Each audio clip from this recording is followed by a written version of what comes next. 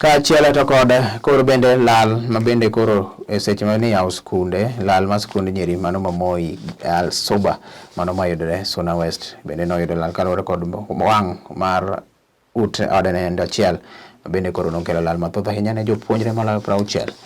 En wach mabende koro ne omako jopuonjre to kod wuoro seche mabende gidonjo mana kaka lero kanyo to kod jofwambo Florence Abuto. Kar nindo mar skund nyiri mar Moi Suba mani Migori nowang' moketho mwandu mag nyithindo 68, ng'eny gi bedo mek joklas 9 gi klas 10. Mach nochako otieno mar wuok tich kar saa 1 kaka ipimonwa gi jalup japuonj maduong' Oyier Milka. I was in the office when fire started. I heard the noise from outside. I ran out to find out what was happening. Reaching the place, the fire, actually the house had caught fire, and I could see it from through the window and the doors. All the doors were locked and the windows, and there was no student inside. Kawacho ni nofwenyo majno bang' funde mane gedo bute kanyo, noluongo jirende manodhi temo simo mach gi gige nego mach, kaachiel kod luongo josim mach ma Migori County, ma bende nochopo moleo maonge gima nores kata achiel. So I actually mobilized people to bring the fire extinguishers. The attempt to use the fire extinguishers could not actually materialize, and we turned actually to use water. The community joined us, and we were able actually to put the fire down after a long struggle.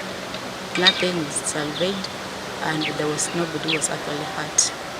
Jalup japuonj maduong' no nosingone nyithindo ma gikgi nokethore kod mach ni giboyudo kar nindo moko ka gibodok skul sani makoro skul iyawo. When they come, we'll actually see how we can accommodate them. Whether it will actually force us to actually pick some mattresses so that they can actually sleep on other classes, because not all our classes are occupied. The challenge is actually the mattresses and the blankets, but the rooms can actually be available. Sub-County Commander Masuna West Elizabeth Wakuloba nowacho ni onge gima ne ginyalo reso, to nomedo ni obila ok bi yweyo nyaka giyud gima nochako majno. I received the report of fire, school dormitory fire, from the deputy principal, that the fire started at around 7:30 p.m.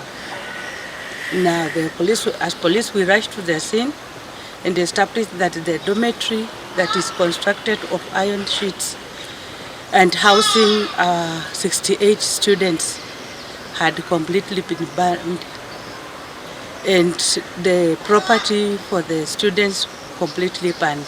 That is the books and their clothing.